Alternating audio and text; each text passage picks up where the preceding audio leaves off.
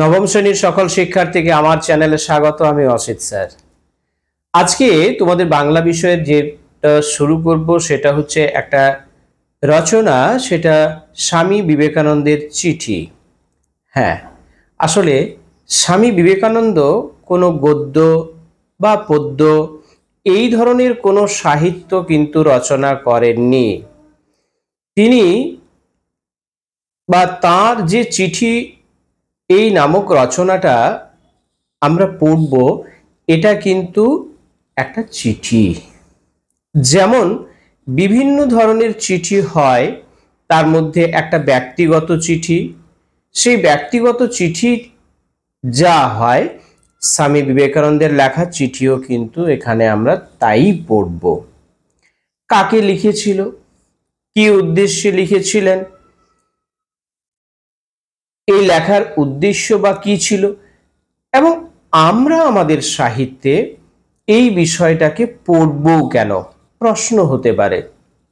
তাহলে এই সমস্ত প্রশ্নের উত্তরগুলো আমরা প্রথমে কিন্তু একটু জেনে নেব, তারপরে আমরা কিন্তু চিঠির যে বিষয়বস্তু সেই বিষয়বস্তুটাকে কিন্তু বোঝার চেষ্টা করব। তাহলে এসো প্রথমে বুঝে নিই যে স্বামী বিবেকানন্দ তার এই যে চিঠি, সেই চিঠির রচনাতে কি লিখেছিলেন এবং এটা আমাদের সাহিত্যের প্রয়োজনই বা কি, ইত্যাদি বিষয়গুলোকে আমাদের জেনে নেওয়া যাক। দেখো, চিঠি, এবং সেটা ব্যক্তিগতই একটা চিঠি, যেটা লিখেছিলেন মার্গারেট নোবেলকে উদ্দেশ্য করে তিনি লিখেছিলেন, এবং এটা আলমোড়া থেকে তিনি কিন্তু লিখেছিলেন। তাহলে এই ব্যক্তিগত একটা চিঠি, আমরা এর থেকে কোন কোন তথ্যগুলোকে জানতে পারব? প্রথমত হচ্ছে কি, যে সময় তিনি এই চিঠিটা প্রেরণ করেছিলেন, ঠিক সেই সময় ভারতবর্ষের যে রাজনৈতিক বলো, অর্থনৈতিক পরিস্থিতি বলো, মানুষের জীবনযাত্রার মান বলো, এবং বিভিন্ন ধরনের যে সংস্কার ভারতবর্ষের মানুষেরা আষ্টে পৃষ্ঠে জড়িয়েছিল, অর্থাৎ হ্যাঁ, কুসংস্কারে জড়িয়েছিল।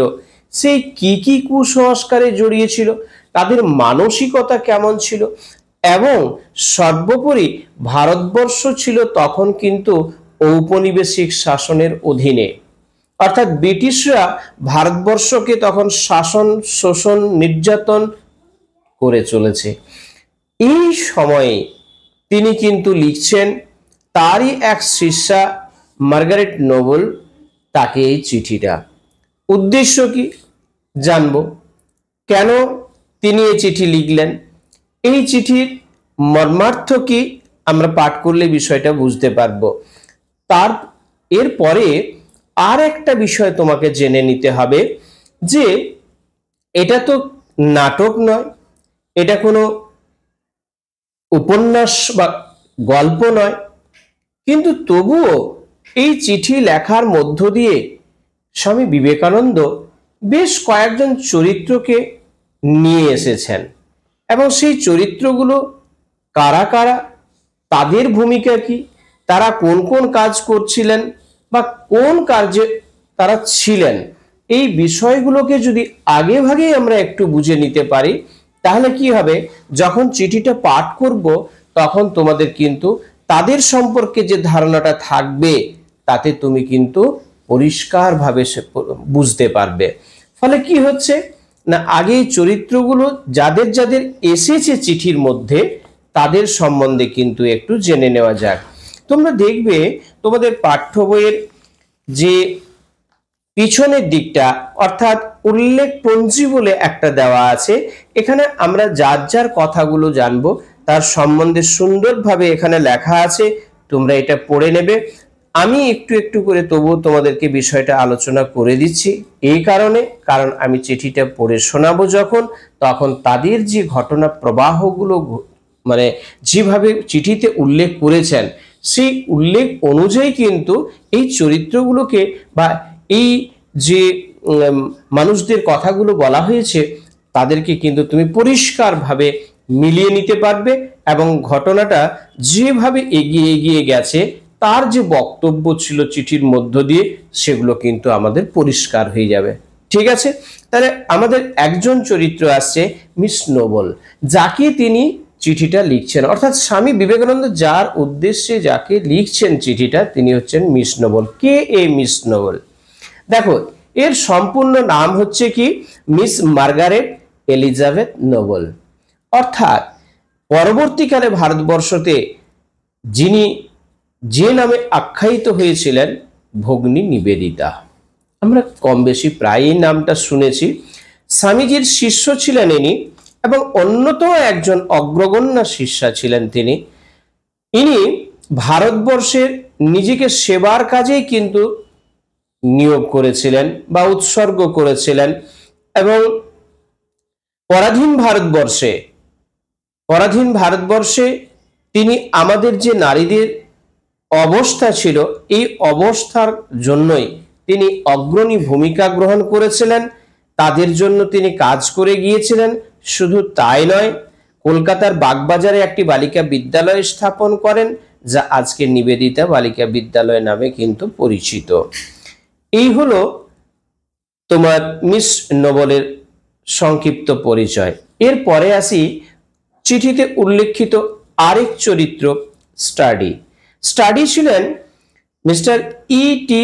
স্টাডি, সম্পূর্ণ নাম। স্বামী বিবেকানন্দের একজন ইংরেজ ভক্ত ছিল। দেখো, একাধারে ভারতবর্ষে ইংরেজরাই শাসন করছে, অপরদিকে এই ইংরেজদের একজন যিনি ভারতবর্ষের জন্য কিন্তু ভাবছেন, শুধু ভাবছেন না, ভারতবর্ষের যে আধ্যাত্মিকতা অর্থাৎ বেদান্ত, স্বামী বিবেকানন্দ দেশ থেকে বিদেশে যে বেদান্তের প্রচার কাজে নিজেকে নিয়োগ করেছিলেন এবং বিদেশে যারা তাকে এইসব কাজের জন্য সাহায্য করেছিলেন তাদের কথাই কিন্তু এখানে তিনি উল্লেখ করেছেন। তার মধ্যে একজন স্টাডির কথা বলছি।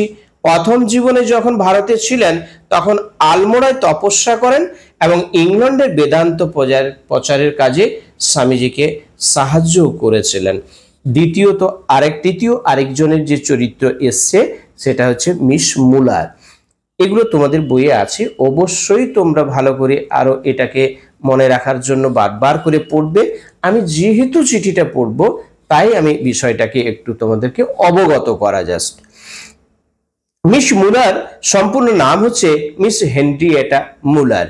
ইনি 1896 খ্রিস্টাব্দে স্বামীজি কিছুদিন তার অতিথি ছিলেন এবং বেলুর মঠ যখন স্থাপন করা হয়েছিল তার কাজে কিন্তু তিনি অর্থ সাহায্য করেছিলেন।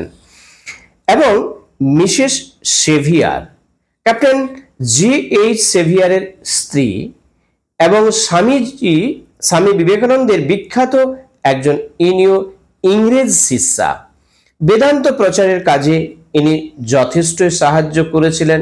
তাছাড়া স্বামীজির ইচ্ছা এবং অনুপ্রেরণায় মায়াবতী অদ্বৈত আশ্রম প্রতিষ্ঠা কিন্তু তিনি করেছিলেন। সেভিয়ার দম্পতি অর্থাৎ ক্যাপ্টেন জি.এইচ. সেভিয়ার এবং তার স্ত্রী মিসেস সেভিয়ারের কথা বলা হয়েছে। এই মিসেস সেভিয়ার প্রসঙ্গে আমরা আগেই জেনেছি যে স্বামীজির ইচ্ছায় বেদান্ত প্রচারের উদ্দেশ্যে সেভিয়ার দম্পতি মায়াবতী অদ্বৈত আশ্রম প্রতিষ্ঠা করেছিলেন এবং 1900 খ্রিস্টাব্দে মায়াবতীতে ক্যাপ্টেন সেভিয়ারের কিন্তু মৃত্যু হয়। আর একজনের যে নাম আমরা পেলাম তিনি হচ্ছেন মিস ম্যাকলাউড, সম্পূর্ণ নাম মিস জোসেফাইন ম্যাকলাউড। এগুলো থেকে ছোট্ট ছোট্ট প্রশ্ন তোমাকে দেবে, এটার জন্যই তোমাকে এদের যে ভূমিকা কিংবা সম্পূর্ণ নাম, কাকে কি নামে ডাকা হতো, এই সমস্ত বিষয়গুলো, কে কোথায় কিভাবে অর্থ সাহায্য করেছিলেন, কে কোন ভূমিকা নিজের রেখেছিলেন, সমস্ত বিষয়গুলো তোমাকে কিন্তু জেনে রাখতে হবে। এ কারণে কারণ এগুলো থেকে ছোট ছোট তোমাদের প্রশ্নগুলো হবে। স্বামী বিবেকানন্দ পাশ্চাত্য দেশীয় প্রধান অনুরাগী ভক্তদের মধ্যে ইনি ছিলেন কে? Miss MacLeod. ইনি ছিলেন অন্যতমা। তিনি সবসময় স্বামীজিকে তার কাজে সাহায্য করতেন এবং তার জীবনে স্বামীজির চিন্তা ভাবনা ও কাজের দ্বারা বিশেষভাবে অনুপ্রাণিত হয়েছিলেন। স্বামীজি তাকে জো বলে ডাকতেন এখান থেকে প্রশ্ন হয়। তিনি বহুবার বেলুড় মঠে এসেছিলেন এবং 1949 খ্রিস্টাব্দে আমেরিকার হলিউড শহরে তার মৃত্যু হয়। আরেকজনের কথা বলবো, যেটা হচ্ছে মিসেস বুল, সম্পূর্ণ নাম সারা বুল। এখান থেকে প্রশ্ন হবে, ছোট কোশ্চেন। এবং নরওয়েবাসী বিখ্যাত বেহালা বাদক মিস্টার অলি বুলের স্ত্রী ছিলেন, এখানেও একটা ছোট্ট প্রশ্ন হবে। স্বামীজির শিষ্যা, অনেক চিঠিতে স্বামীজি তাকে মা বা ধীরা মাতা, এখান থেকেও একটা প্রশ্ন হবে বলে সম্বোধন করেছেন। তিনি বেলুড় মঠ স্থাপনের কাজে স্বামীজিকে অনেক অর্থ সাহায্য করেছেন। এছাড়াও অন্যান্যভাবেও তিনি এই দেশে পাশ্চাত্য স্বামীজিকে সাহায্য করেছেন। এই হলো আমাদের চিঠির মধ্যকার যে সব চরিত্রগুলো বা যে সব মানুষগুলোর কথা এসেছে তাদের পরিচয় এখানে শেষ করলাম। এরপরে আসবো আমরা মূল যে চিঠিটা, সেই চিঠিটা কিন্তু আমরা পাঠ করব, কেমন? তাহলে এসো চিঠিটা পাঠ করা যাক। এবং তোমাদের বলবো, যারা আজকে প্রথম ভিডিওটা দেখছো তারা সাবস্ক্রাইব করে রাখবে। অন্যান্য যে পাঠ্যাংশের মধ্যে ব্যাকরণ বলো, বাংলা পাঠ্য বইয়ের বলো, যে বিভিন্ন বিষয়গুলোকে আমি ক্লাসে তোমাদের দেবো সেগুলো দেখার জন্য, এবং বন্ধু বান্ধবদের কিন্তু একটু সাহায্য করবে চ্যানেলটাকে শেয়ার করে, এবং যদি ভালো লাগে একটা লাইক কিন্তু করবে। তাহলে শুরু করছি চিঠি। এটা কিন্তু নিছকই একটা চিঠি এবং ব্যক্তিগত চিঠি। ধৈর্য ধরো, একটু একটু শোনো। সময় মনে হবে যে নষ্ট হচ্ছে, হোক। দেখো, এই পড়াটা শেষ করার পর তুমি নিজে নিজে উপলব্ধি করতে পারবে যে হ্যাঁ, আমি বিষয়টা কিন্তু বুঝতে পেরেছি। তাই ধৈর্যচ্যুত না হয়ে মনোযোগ সহকারে লাইন বাই লাইন বিষয়গুলোকে উপলব্ধি করার চেষ্টা করো। আমি কিন্তু বোঝানোর চেষ্টা করছি। দেখো, প্রথমত হচ্ছে কি, তোমরা ইংরেজিতে কিংবা বাংলাতে ছোটবেলায় 5, 6, 7 এই সময়গুলোতে কিছু ব্যক্তিগত চিঠি হ্যানত্যান এগুলো কিন্তু টুকটাক শিখেছিলে।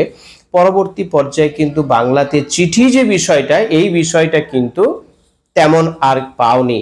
এবং সর্বোপরি হচ্ছে কি, যে এই চিঠি লেখার যে চল একটা সময় বিশেষ ছিল, এটা কিন্তু একেবারেই শেষ হয়ে গেছে।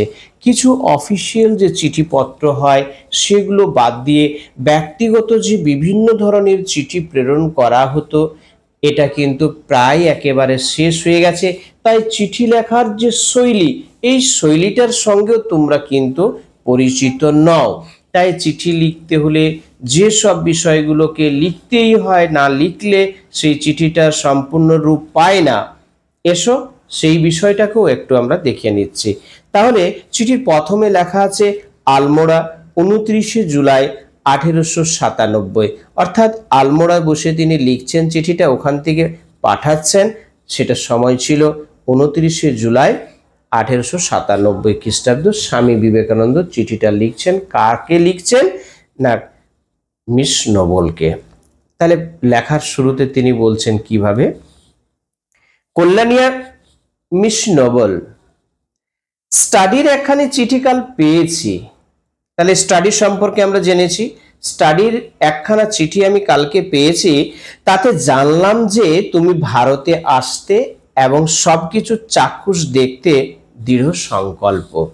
আমি তার কাছ থেকে জানতে পারলাম তার চিঠিতে যে তুমি নাকি ভারতে আসতে এবং ভারতকে চাক্ষুষ করে নিজের চোখে দেখতে দৃঢ় সংকল্প করেছো, প্রতিজ্ঞা করেছো যে আমি যাব, আমি নিজের চোখে ভারতবর্ষকে দেখব।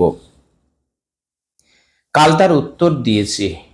আমি স্টাডিকে উত্তরও লিখেছি, কিন্তু মিস মুলারের কাছ থেকে তোমার কর্মপ্রণালী সম্বন্ধে যা জানতে পারলাম, তাতে এই পত্রখানি আবশ্যিক হয়ে পড়েছে। মনে হচ্ছে সরাসরি তোমাকে লেখা ভালো। অর্থাৎ স্টাডির কথা জেনে স্টাডিকে আমি উত্তর দিয়েছি, কিন্তু যখন আমি জানতে পারলাম মুলারের কাছ থেকে যে তুমি নাকি একটা কর্ম পরিকল্পনা গ্রহণ করেছো, তখন কিন্তু তোমাকেই আমি এই চিঠিটা লেখার জন্য আবশ্যিক মনে করেই চিঠিটা লিখতে বসেছি। বোঝা গেছে? তাহলে এই কারণেই চিঠিটা সরাসরি মার্গারেট নোবেলকে স্বামীজি লিখছেন। কি বলছেন? তোমাকে খোলাখুলি বলছি, অর্থাৎ পরিষ্কার পরিচ্ছন্ন ভাবে বলছি, কোন রকম লুকানো ছোপানো নয়। কি সেই পরিষ্কার পরিচ্ছন্ন বলা? দেখো, তোমাকে খোলাখুলি বলছি, এখন আমার দৃঢ় বিশ্বাস হয়েছে যে ভারতের কাছে তোমার এক বিরাট ভবিষ্যৎ রয়েছে। অর্থাৎ এখন আমার দৃঢ় বিশ্বাস হয়েছে যে ভারতের কাছে তোমার এক বিরাট ভবিষ্যৎ রয়েছে। তুমি আসবে এবং একটা পরিকল্পনা, তুমি কর্ম পরিকল্পনা তৈরি করেছো। এর সঙ্গে বিশ্বাস রেখে আমি বলছি, ভারতবর্ষে যথেষ্টই কিন্তু তোমার কাজ করার একটা জায়গা আছে। কাজ করা বলতে কি এখানে কাজ করতে আসছেন না, সেবা করার জন্যই যে আসছেন, সেটারই কথা বলেছেন স্বামীজি, যে এখানে তোমার কিন্তু একটা বিরাট ভবিষ্যৎ রয়েছে। এর জন্য, বিশেষ করে নারী সমাজের জন্য পুরুষের চেয়ে নারীর একজন প্রকৃত সিংহীর প্রয়োজন। দেখো, ভারত তো বটেই, শুধু ভারতবর্ষ হলে হবে না। ভারতবর্ষের যে নারী সমাজ, এই নারী সমাজের উন্নয়নের জন্য বিশেষ কিন্তু একজন সিংহীর প্রয়োজন, এবং প্রকৃত সিংহী। কেন প্রকৃত সিংহী বলা হয়েছে?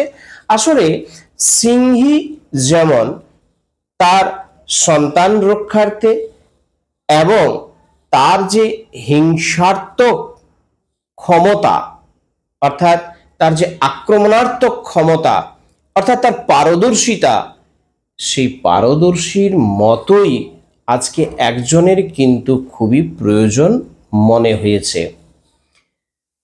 তোমার শিক্ষা, ঐকান্তিকতা, পবিত্রতা, অসীম ভালোবাসা, দৃঢ়তা, সর্বোপরি তোমার ধমনীতে প্রবাহিত কেল্টিক রক্তের জন্য তুমি ঠিক সেইরূপ নারী যাকে আজ প্রয়োজন। স্বামীজি বলছেন যে তোমার মধ্যে সেই দক্ষতাগুলো আছে, অর্থাৎ তোমার শিক্ষা, ঐকান্তিকতা, পবিত্রতা এবং তোমার অসীম ভালোবাসা, শুধু তাই নয়, তোমার দৃঢ়তাও যথেষ্ট আছে। অর্থাৎ তুমি একজন সেই নারী যে সিংহীর ন্যায়, অর্থাৎ তোমার মতোই একজনের কিন্তু প্রয়োজন আছে। এবং বলেছে সর্বোপরি তোমার ধমনীতে প্রবাহিত কেল্টিক রক্তের জন্য। কেল্টিক অর্থাৎ এক ধরনের যে জাতি, অর্থাৎ জাতি বিশেষ, বিশেষত প্রাচীন ইউরোপীয় যাদের সঙ্গে আইরিশ, স্কট প্রমুখ সম্পর্ক আছে, এই ধরনের জাতির সম্পর্কে তিনি কিন্তু বলেছেন যে তোমার মধ্যে কেল্টিক রক্তের জন্য তুমি ঠিক সেই রূপ নারী যাকে অত্যন্ত আজকে প্রয়োজন। তারপরে কি বলছেন? কিন্তু বিঘ্ন আছে। এইখানেই কিন্তু তিনি একটু সতর্কতা যেন টেনেছেন। এদেশের দুঃখ, কুসংস্কার, দাসত্ব প্রভৃতি কি ধরনের তা তুমি ধারণা করতে পারো না। তুমি আসবে, আসো, কাজ করার জায়গাও রয়েছে, কিন্তু তোমার ধারণা নেই যে এদেশের দুঃখ, কুসংস্কার, দাসত্ব প্রভৃতি কি ধরনের। এই জায়গাতে দেখো, আমরা কিন্তু ভারতবর্ষের যে চিত্র, তৎকালীন সমাজ ব্যবস্থায় মানুষের যে দুঃখ, কুসংস্কার, একটু আগে বলছিলাম দাসত্ব, বিভিন্ন যে জিনিসগুলো, এগুলো মার্গারেট নোবেল কিন্তু জানেন না। এদেশে এলে তুমি নিজেকে অর্ধ উলঙ্গ অসংখ্য নরনারীতে পরিবেষ্টিত দেখতে পাবে। তুমি যখন ভারতবর্ষে আসবে, তখন তুমি দেখতে পাবে যে এ দেশের অর্ধ উলঙ্গ অসংখ্য নরনারীতে পরিবেষ্টিত।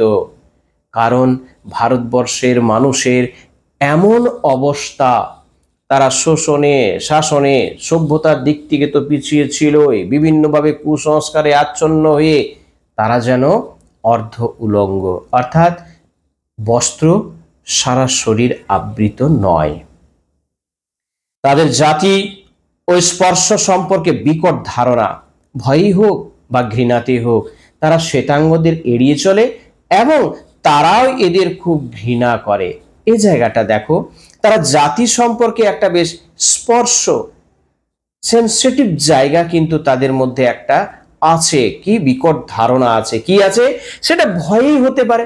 ভারতবর্ষে ব্রিটিশরা যেভাবে অত্যাচার করেছিল, সেই অত্যাচারে নরনারী প্রত্যেকেই তাদের কণ্ঠকে রুদ্ধ করে দিয়েছিল।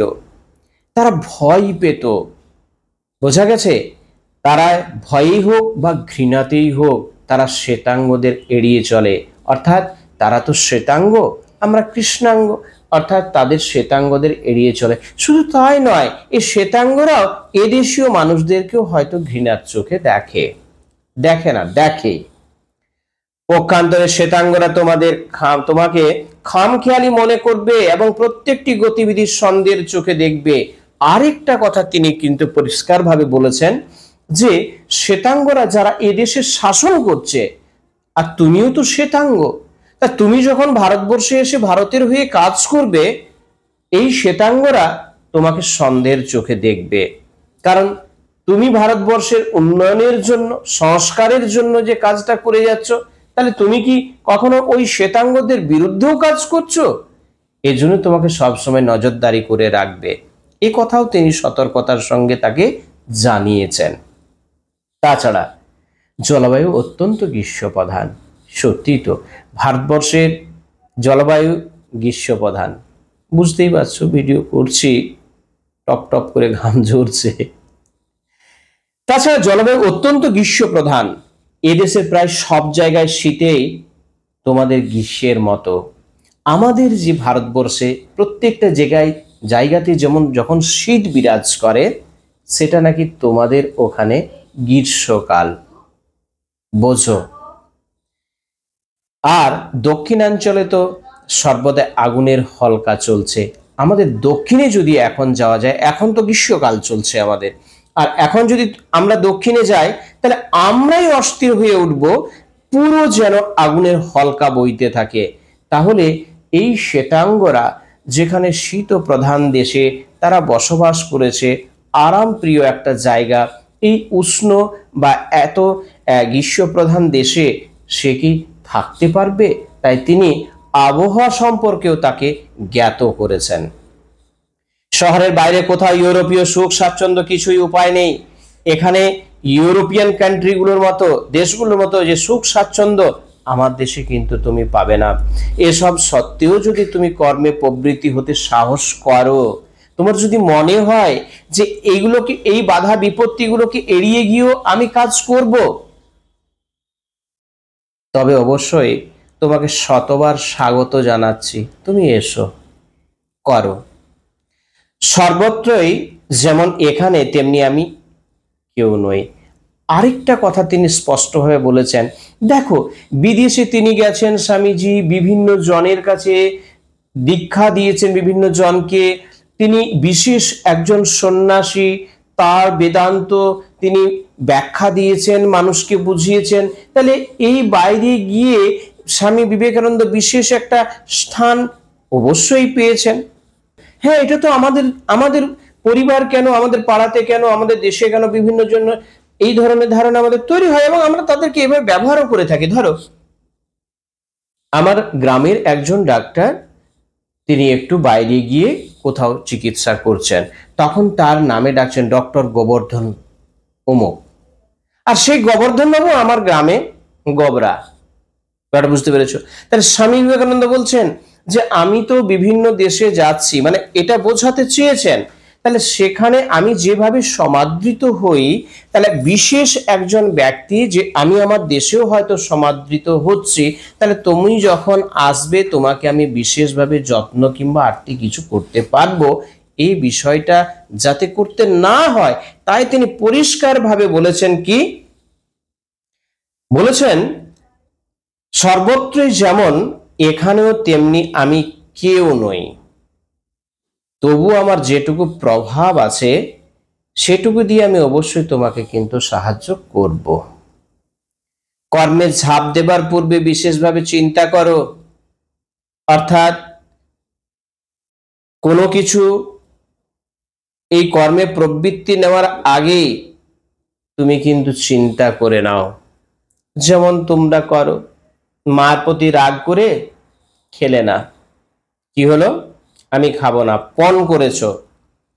মা 2বার 3বার 4বার সোনা খেয়ে নে, বাবা খেয়ে নে, মা রে আই খেয়ে নে, না আমি খাবো না, কেন তুমি আমাকে এটা ভেজে দাওনি, কেন তুমি পরোটা করে রাখোনি, ইত্যাদি মায়ের কাছে সাজে করো।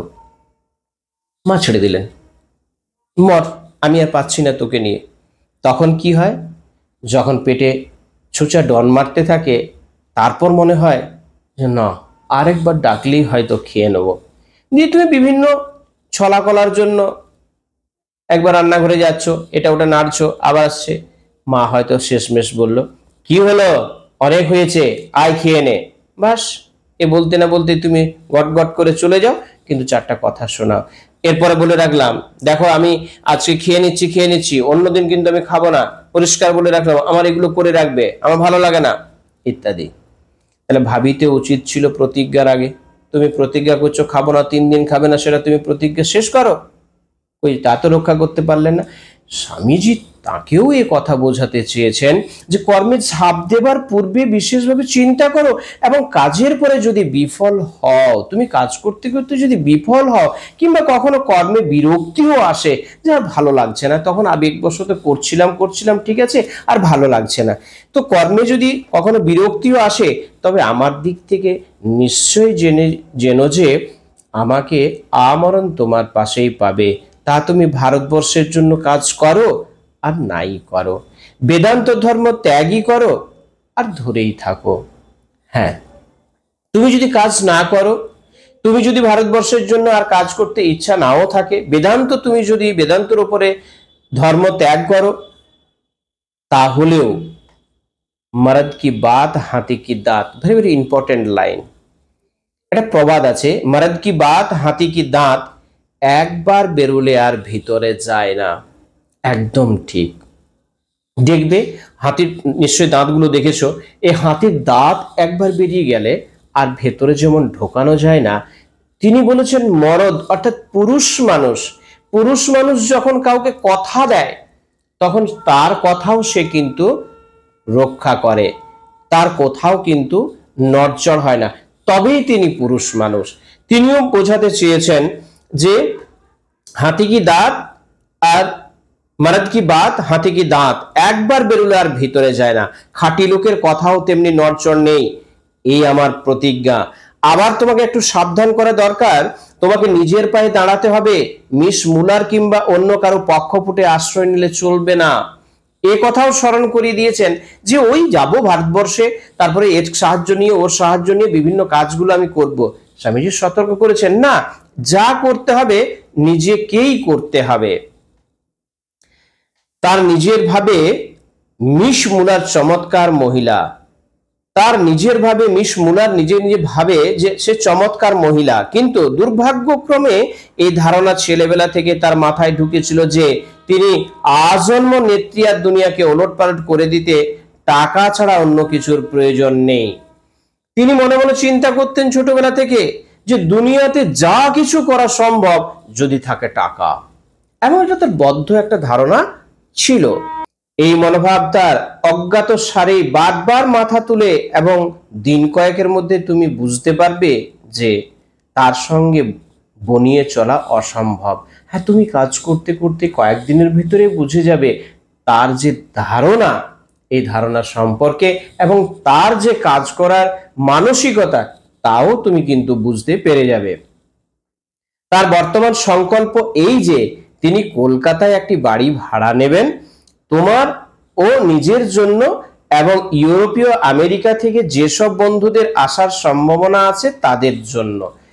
একটা পরিকল্পনা বর্তমানে যেটা নিয়েছেন যে তুমি এবং তিনি এবং আরো আমেরিকা কিংবা সহৃদয় ব্যক্তিরা যারা আসছেন তাদের থাকার জন্য তিনি একটা কিন্তু ঘর ভাড়া নেবেন, এটা তার বর্তমান পরিকল্পনা। এটা অবশ্যই তার সহৃদয়তা ও অমায়িকতার পরিচয়। অবশ্যই স্বামী বিবেকানন্দ বলছেন যে এটা সত্যি তার একটা ভালো দিক, কিন্তু তার মঠাধ্যক্ষ সুলভ সংকল্পটি দুটি কারণে কখনো সফল হবে না।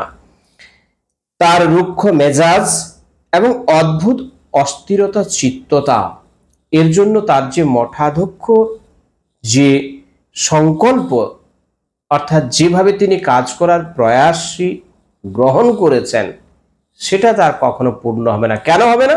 তার দুটো কারণ হচ্ছে কি না, তার রুক্ষ মেজাজ এবং অস্থিরতা চিত্ততা। এখান থেকে প্রশ্ন হয়, কারো কারো সঙ্গে দূর থেকে বন্ধুত্ব করাই ভালো। স্বামীজি বলছেন কারো কারো সঙ্গে দূর থেকে বন্ধুত্ব করা ভালো। যে নিজের পায়ে দাঁড়াতে পারে তার সবই সুষ্ঠুভাবে সম্পন্ন হয়। যে নিজে নিজে কাজকর্ম দায়িত্ব নিতে পারে, সম্পন্ন করতে পারে, তার সমস্ত কাজই কিন্তু সুষ্ঠুভাবে সম্ভব। মিসেস সেভিয়ার নারীকুলের রত্না বিশেষ, এত ভালো, এত স্নেহময়ী তিনি। সেভিয়ার দম্পতি একমাত্র ইংরেজ যারা এদেশীয়দের ঘৃণা করেন না, এমনকি স্টাডিওকেও বাদ দেওয়া চলে না। একটা খুব সুন্দর কথা বলেছেন বিবেকানন্দ তার চিঠিতে এখানে, যে মিসেস সেভিয়ারদের কথা বলতে গিয়ে যে মানে নারীকুলের রত্ন বিশেষ বলেছে, এত ভালো, যে এত স্নেহময়ী তারা, যে ইংরেজরা ভারতবর্ষে এসেছে এবং এখানে শাসন করেছে, ঘৃণার চোখে দেখেছে, কিন্তু তারা এভাবে কিন্তু দেখেনি, কিংবা এইরকম অত্যাচার করতে তারা কিন্তু আসেনি, এবং তার সঙ্গে স্টাডিকেও তিনি যোগ করেছেন। একমাত্র সেভিয়াররাই আমাদের উপর মুরব্বিয়ানা করতে এদেশে আসেনি। তারা আমাদের কাছে ওই মুরব্বিয়ানা যে করেছে ইংরেজরা, এরা কিন্তু ওই জন্য আসেননি। কিন্তু তাদের এখনো কোনো নির্দিষ্ট কার্যপ্রণালী নেই।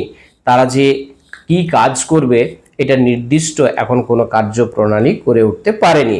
তুমি এলে তোমার সহকর্মী রূপে তাদের পেতে পারো, এবং তাতে তোমার ও তাদের উভয়েরই সুবিধা হবে। তোমরা যে সংকল্প নিয়ে যে কাজগুলো করতে চাইছো, উভয়ের কিন্তু সহযোগিতা হবে। কিন্তু আসল কথা এই যে নিজের পায়ে অবশ্যই দাঁড়াতে হবে। বারবার এই কথাটা বলছেন যে তোমাকে নিজের পায়েই কিন্তু দাঁড়াতে হবে। আমেরিকার সংবাদে জানলাম যে আমার দুজন বন্ধু মিসেস ম্যাকলাউড ও বোস্টনের মিসেস বুল, যাদের সারা বুলের কথা বলছিলাম, তিনি বিশেষভাবে আমেরিকার সংবাদে জানতে পেরেছেন যে এরা এই শরৎকালে ভারতে পরিভ্রমণে আসছেন। এটা তিনি লিখছেন মার্গারেট নোবেলকে, যে জানতে পারলাম তারাও আসছেন শরৎকালে। মিস ম্যাকলাউডকে তুমি লন্ডনে দেখেছো, সেই পারি ফ্যাশনের পোশাকে পরিহিতা মহিলাটি। অর্থাৎ পারি এক ধরনের পোশাক, অর্থাৎ পারি নামক একটি স্থানের জনপ্রিয় এক প্রকার পোশাক, শৌখিন, ফ্যাশনেবল, শৌখিন পোশাকের কথা তিনি বলেছেন, যে সেই পোশাক পরিহিতা মহিলাটিকে তুমি দেখেছো। মিসেস বুলের বয়স প্রায় 50 এবং তিনি আমেরিকায় আমার বিশেষ উপকারী বন্ধু ছিলেন। তারা ইউরোপ হয়ে এদেশে আসছেন, সুতরাং আমার পরামর্শ এই যে তাদের সঙ্গে এলে তোমার পথের একঘেয়েমি দূর হতে পারে।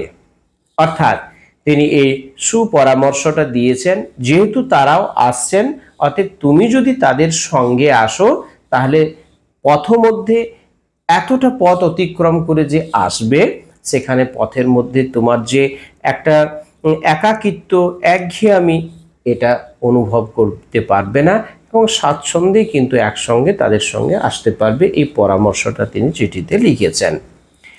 মিস্টার স্টাডির কাছ থেকে শেষ পর্যন্ত একখানা চিঠি পেয়ে সুখী হয়েছি, কিন্তু চিঠিটা বড় শুষ্ক এবং প্রাণহীন। কি সেই চিঠিটা? লন্ডনের কাজ পণ্ড হওয়ায় তিনি হতাশ হয়েছেন বলে মনে হয়। এই খবরটা তিনি কিন্তু পেয়েছেন। এখানেই চিঠি শেষ হয়েছে।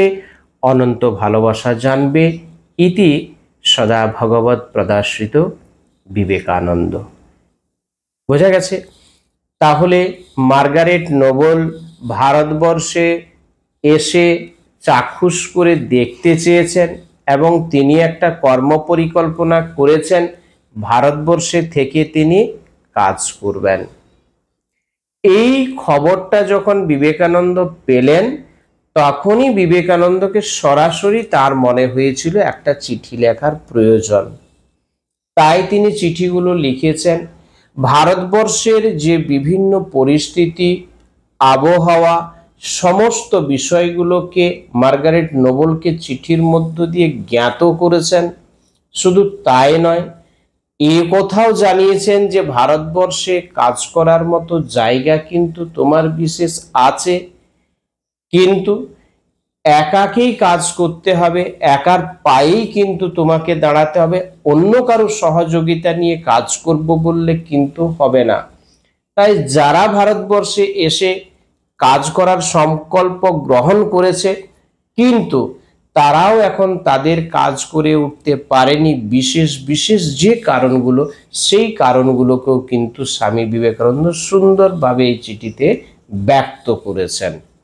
এবং এও জানিয়েছেন যে তুমি যদি আসো, কাজ করো, কিংবা কখনো ভালো লাগে, কখনো যদি ভালো নাও লাগে, ভারতবর্ষে যদি তোমার মনে হয় কাজ করব না, তুমি যদি বেদান্ত দীক্ষা যে নিয়েছো বা বেদান্ত ধর্ম প্রচারের জন্য এই ধর্ম যদি ত্যাগও করো, তবুও কথা দিলাম আমি তোমার পাশে আছি, আজীবন তোমার পাশে কিন্তু আমি থাকব।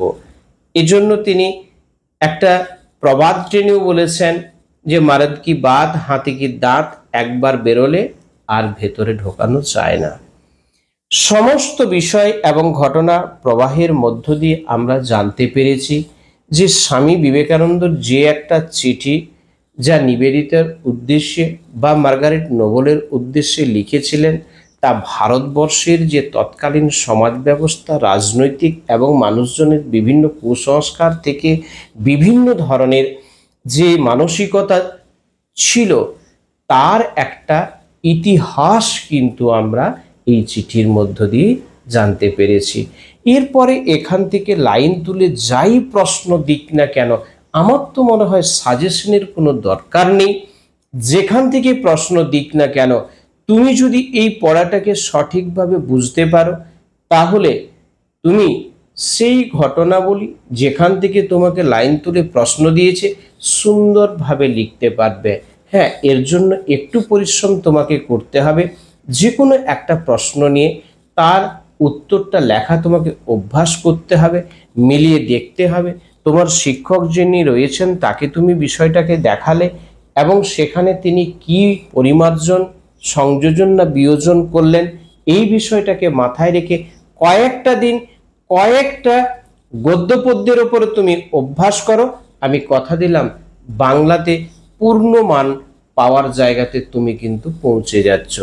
আজ এই পর্যন্ত, সবাই ভালো থেকো।